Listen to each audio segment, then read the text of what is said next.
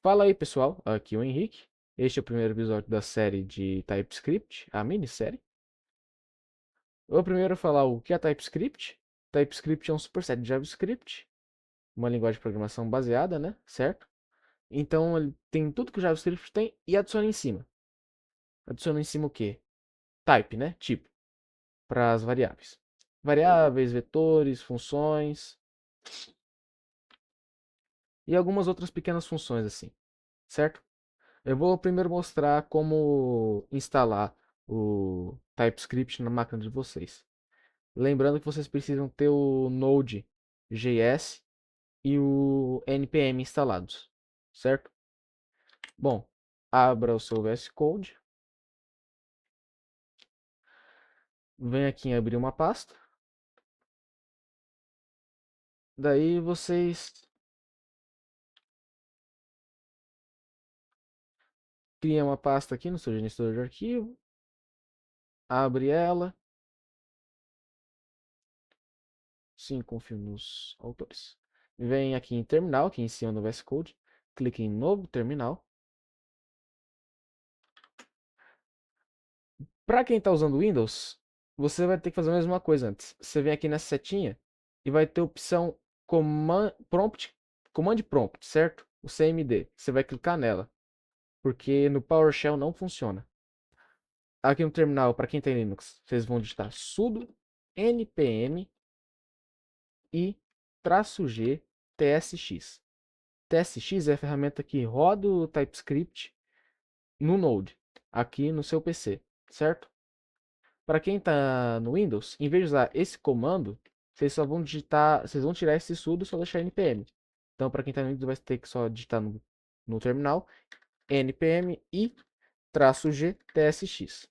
Mas como estou no Linux, vou usar o sudo npm i -g tsx. É bem rápido para instalar. Aqui, ó, já instalou. Para saber que está rodando, aqui nessa pasta que você criou, cria um arquivo .ts. Você pode dar um nome como teste.ts. Tem que se lembrar que todo arquivo de TypeScript termina com .ts, que é a extensão de arquivo do TypeScript. E vem aqui, só vamos testar e vamos fazer o bom e velho console log, certo?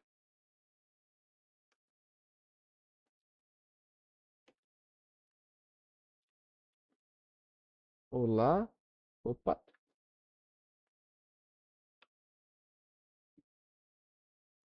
perdão gente, que eu apertei o insert no teclado. Olá mundo.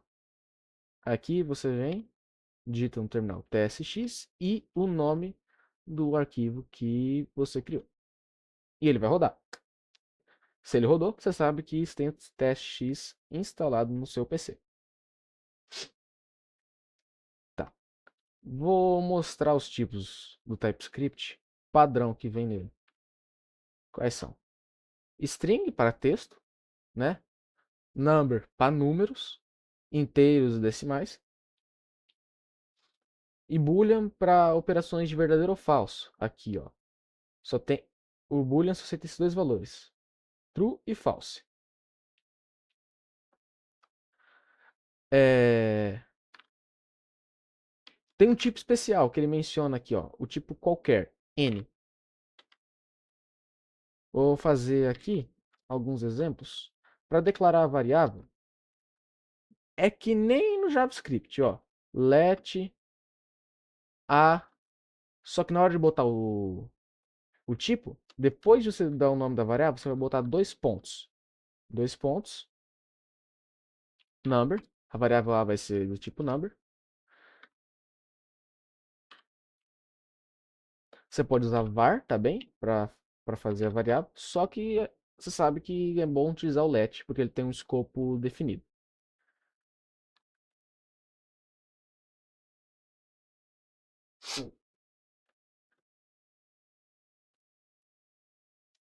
E também const. Então, o mesmo jeito que você pode declarar as variáveis com let e var e constantes com const, você faz aqui. A única diferença é que na hora que você for definir o tipo, depois do nome, você coloca dois pontos e o tipo que você quer, certo?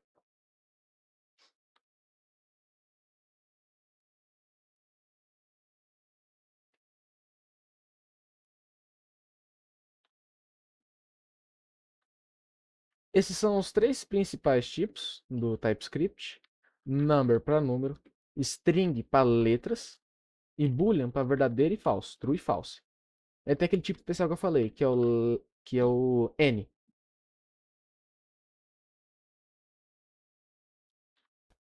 O N ele vai aceitar qualquer valor que você colocar dentro dele, porque N vem de qualquer em inglês. Então, se eu definir como uma string aqui no início, depois eu quero mudar o valor para 45, ele não vai reclamar. Se eu quiser mudar o valor para um booleano, como false, ele não vai reclamar. Diferente de uma variável com um tipo definido, como number ou string. Se eu tentar botar string aqui na variável A, que é number, ó, o que vai acontecer? String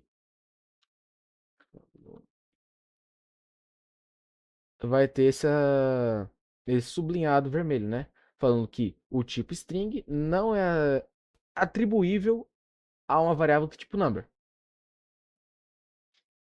A mesma coisa acontece para a variável b, que é do tipo string. Se eu tentar atribuir 45, ó, o que vai acontecer? Vai falar a mesma mensagem, agora para number para string.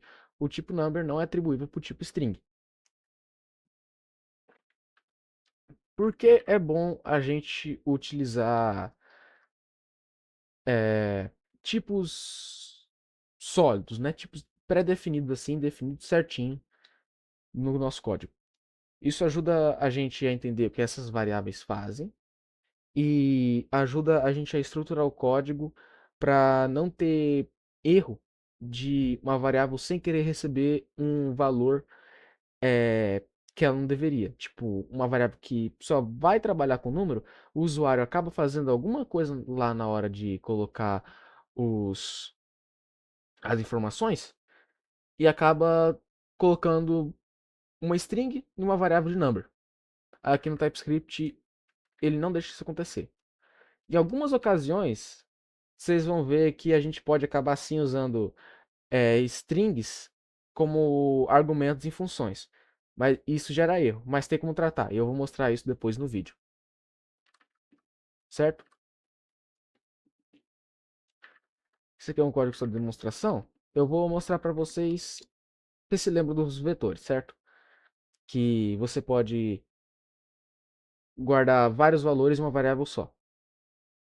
Aqui, para definir um vetor, você vai colocar o tipo, que a gente já discutiu antes, né, que é o string, number ou o n, e depois os colchetes.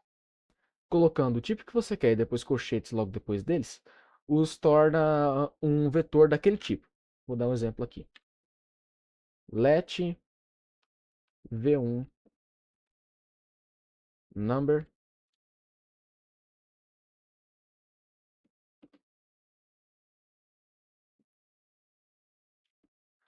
Aqui, ó, eu não botei os colchetes, ele está reclamando. Se eu botar agora, ele vira uma variável de vetor de números. Dá para fazer a mesma coisa para um vetor de string,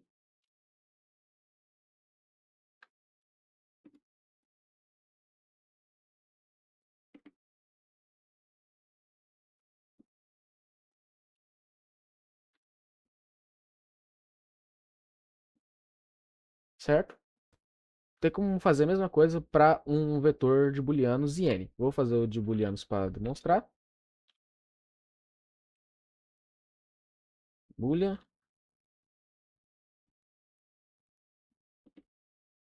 Aqui, ó.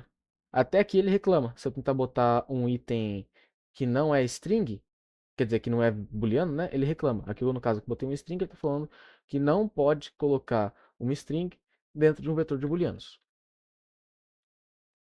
True, false, etc. Né? Só seria, no caso, true e false dentro de um vetor de booleano. Também existe o vetor de n, v4, que define do mesmo jeito que os vetores. Se lembre que para definir um vetor de um tipo, você tem que botar o nome do tipo, que nem fosse definir uma variável, né? O nome do tipo, logo depois dois pontos, só que daí você tem que se lembrar de colocar os colchetes. Que daí ele vai virar um vetor. Certo? Aqui no vetor de n, eu posso colocar número, posso colocar booleano, posso colocar string. Ele não vai reclamar. Eu vou dar um console log em alguns deles. Só para mostrar. Aqui, ó, o V4 para mostrar funcionando, né? O V4 e o vetor 1. Agora, para rodar o código, tem que escrever tsx. Mesmo procedimento. Teste.ts, o nome do seu arquivo, né? E ele vai rodar normalmente. Aqui, ó. Ele deu console log no vetor de n, certo? Mostrei como cria variáveis de tipos estáticos, né? Mostrando como cria variáveis de tipo n, mostrando como cria variáveis de vetores dos tipos que eu mostrei aqui do TypeScript. Eu vou mostrar para vocês agora como faz funções no TypeScript. É do mesmo jeito que você faz no JavaScript. Function, nome da função, parâmetros e o retorno, se tiver um retorno, né? Tá, mas no TypeScript, as suas funções e os parâmetros das suas funções também tem tipo. Aqui, ó. Para colocar um tipo na função, depois dos parênteses, depois desse último parênteses aqui dos parâmetros, dele fechando, você vem e antes dessa chave aqui, você vem colocando dois pontos, que nem lá na variável, e o tipo. Aqui no caso, retornar um number. Se for retornar um vetor, você coloca os colchetes, que nem para fazer um vetor. Então, é a mesma lógica lá de fazer o tipo das variáveis das constantes. Certo? Aqui, nos parâmetros, é a mesma coisa também. Botando dois pontos, opa, colocando dois pontos, certo? Number. Aqui no caso é number, porque é somar. Mas pode ser string, boolean, dependendo da utilidade dos parâmetros da função. E number. Pronto. É assim que coloca a tipagem na função e nos seus parâmetros. Mostrar ela funcionando aqui. Criar duas constantes. Número 1. 45. Const. Número 2. 34. Vou fazer uma variável para guardar o return da função, certo? Resultado vai ser um number, tá bem? E vai ser igual a somar número 1 com número 2. Dá um console.log resultado. Rodar com tsx. tsx teste.ts 79. Tá vendo que tá funcionando certinho aqui os returns e tudo mais.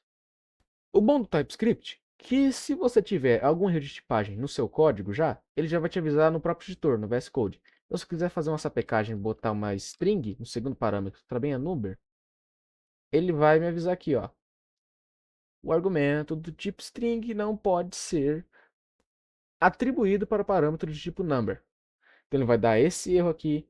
Se, vamos supor que vamos voltar para o número 2, né? Se o número 2 fosse uma string, eu estivesse passando ele aqui, ele vai falar que tá errado também. Que o argumento do tipo string não pode ser atribuído para o parâmetro do tipo number. Então, se tiver algum erro já no seu código, ele vai avisar no próprio VS Code. Você não vai ter que esperar alguma coisa dar muito errado no seu código para descobrir o que tinha dado erro. Um outro tipo especial que tem só para funções, que é o void.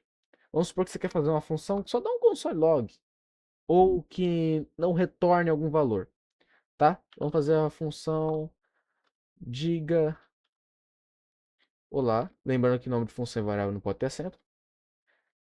Essa função não vai ter nenhum parâmetro. ela vai ser do tipo void.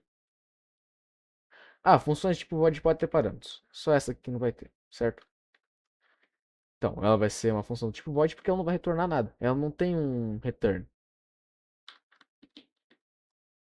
Ela só tem um console log ou em uma função mais complexa do tipo void, ele teria um bloco de código que computaria alguma coisa, mas não ia retornar, ia mudar algum outro valor, mas provavelmente só vai dar um console log em funções de void.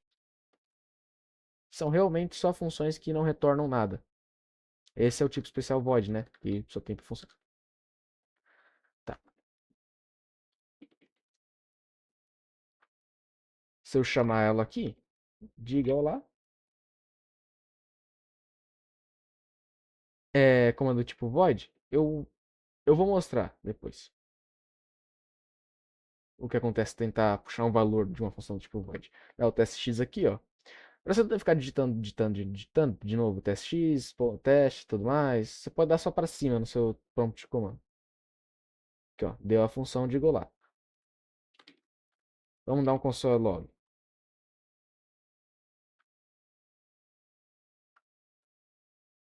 Ele retornou undefined. Não só a função aconteceu, mas eu dei um console log no que a função de lá retorna. O que é indefinido, por quê? Porque é uma função tipo void, não retorna nada. Então, também não tente dar um console log ou puxar algum valor que é a função do tipo void vai retornar, porque vai ser undefined. Porque é void e não retorna nenhum valor, ok? Agora eu vou mostrar para vocês como separar as funções em arquivos diferentes. Para deixar o jeito de ler o código mais intuitivo e mais limpo. Porque imagina, isso aqui só são o quê? Duas funções aqui, certo? E duas constantes, uma variável, alguns console logs. Só. Então aqui tá fácil de ler ainda. Mas imagina quando você fizer um arquivo de 200 linhas, imagina você deixar todas, não, você deixar todas as funções no arquivo de 200 linhas, vai crescer muito mais para 200 linhas. Então vai ficar desorganizado e ruim de entender e ler. Então o que você tem que fazer? Vamos criar um novo arquivo. Vem aqui no nome do seu novo arquivo, você pode dar que nome você quiser. Aqui eu vou dar funções. Lembrando que o nome de arquivo não pode ter acento, nem cedilha. Tá. Para usar a função de um arquivo em outro, o que a gente faz? A gente vai querer exportar a função deste arquivo funções e importar no arquivo teste.ts. Como faz isso? Vamos primeiro começar a criar uma função normal, function ao quadrado, ao quadrado, número, number. Vamos dar o return número vezes número. Lembrando que é number porque a gente vai retornar uma operação aritmética que envolve números e que resulta em um número. E nosso parâmetro aqui é um number, porque a gente só vai pegar um número, ok? E agora para chamar essa função, como a gente vai pegar essa função e mandar para outro arquivo, né? A gente coloca uma palavra-chave chamada export. Salvando, só de colocar isso aí e ter esse arquivo aberto no VS Code, ele já vai entender que essa função pode ser chamada em outros arquivos e ele vai fazer esse procedimento de importar essa função em outros arquivos automaticamente para a gente. Vou mostrar aqui, ó. Const2 number. Opa, não. Let resultado 2 number. Agora que vem a mágica. Ó, vamos digitar o nome da nossa função. Ao quadrado. Aqui, ó. Ponto barra funções, que é o caminho relativo da nossa pasta para o nosso arquivo funções.ts. Ok? Se eu der Enter, ali ó, você está vendo que ele adicionou essa nova linha? O que essa nova linha está fazendo? Ele está falando importar tudo que tiver dentro dessas chaves, aqui no caso só o nome da nossa função, do arquivo funções. Ok? Ao quadrado 2 Agora eu quero apresentar o resultado. Console.log resultado 2. Opa, ponto e vírgula no lugar errado. Se eu rodar como tsx teste.ts, você tem que se lembrar disso. Que quando você for rodar, você tem que colocar o nome do arquivo, aqui no caso teste.ts, que está chamando a função importada. Se você chamar o arquivo que está exportando a função, ele não vai rodar porque não tem o código chamando a função aqui, executando ela, ok? E você não precisa colocar o nome do arquivo da função exportada, porque o TSX é esperto o suficiente para puxar automaticamente e sozinho a função do arquivo, ok? Então vamos rodar. E 4, que é o resultado de 2 ao quadrado. Então está funcionando certinho. Aqui, ó, 4. É assim que você exporta e importa uma função. Certo? Bom, pessoal, foi isso. A primeira aula do mini curso.